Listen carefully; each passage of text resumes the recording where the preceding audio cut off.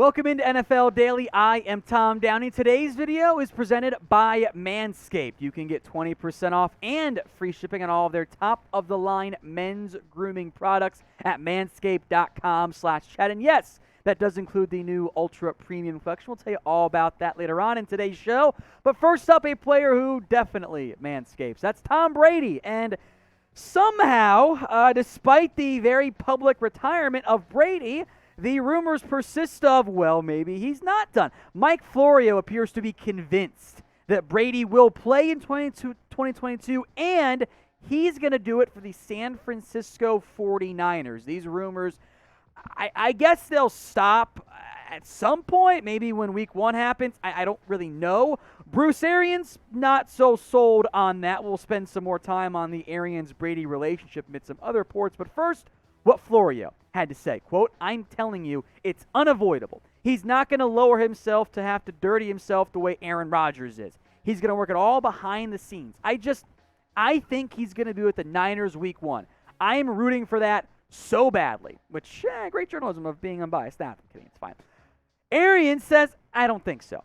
That would shock me," he said when asked about if Brady's going to play. "He let us know in time to do the free agency like we've done in the past. That's why I don't see it happening." Because if they do go this route, the BUCS, well, A, they have no quarterback. They have to go find a new one. So if they don't have Brady, or if Brady doesn't play, they're going to go find somebody else. The issue that I run into, specifically for San Francisco, they just gave up all of it last year to go acquire Trey Lance. So you've got two different things here, right?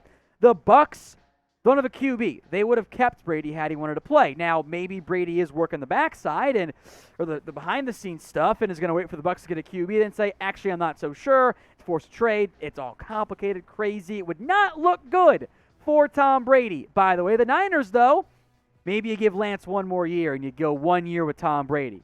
Not the worst idea since, he's Tom Brady. Now, there's also a report from former NFL player Rich Onberg, hope I got that last name correctly, who says that the Brady and Arians relationship soured. It fell apart. There were issues everywhere. Bruce Arians, pardon my language, called that report bullshit. Not true. It is noteworthy that Brady or that Arians felt the need to respond to that. Could have just ignored it, and it would have died down. By responding, it does actually amplify the noise around it. I will make note that Onberger also had a claim that Patrick Mahomes, had banned his fiancé and brother from games in the future. Not true.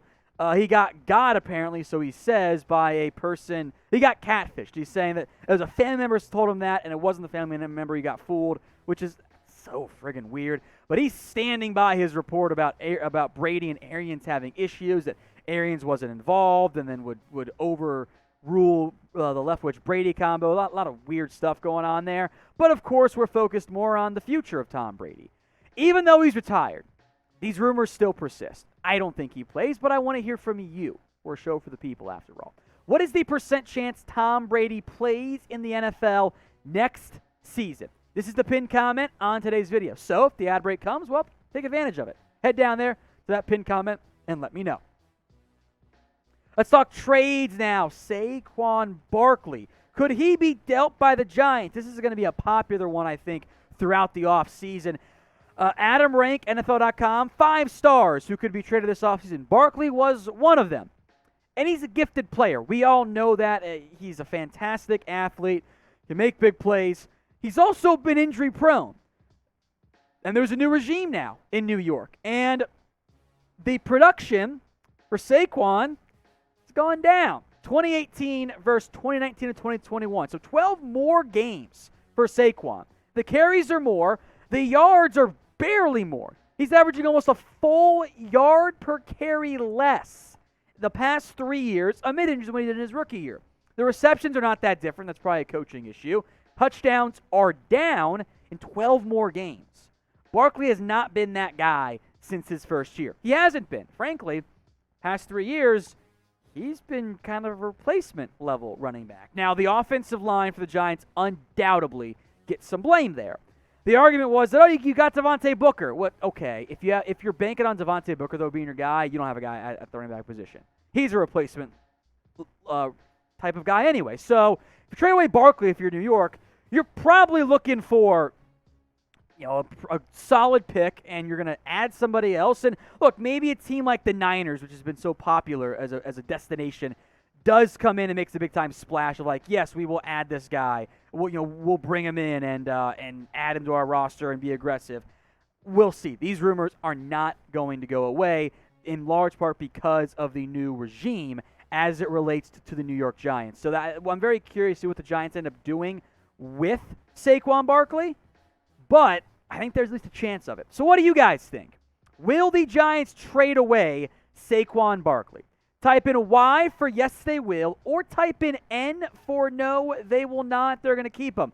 Let me know what you guys have to say in the comment section. While you're down there, make sure you check out the link for the Ultra Premium Collection. This is a new line from Manscaped. They've got body wash. They've got 2-in-1 shampoo and conditioner. They've got deodorant. Smells great, by the way. They've got body spray, and they've got lip balm as well, aka chapstick. 20% off and free shipping on all of these products. It's $40 total for 5 incredible items at manscaped.com/chat. You also, of course, get the same shipping and promo deal for all of their men's grooming products. So check the comment section and the description. It's manscaped.com/chat. If you got to use promo code, it's chat as well. Should be automatically applied, but if not, that's the promo code.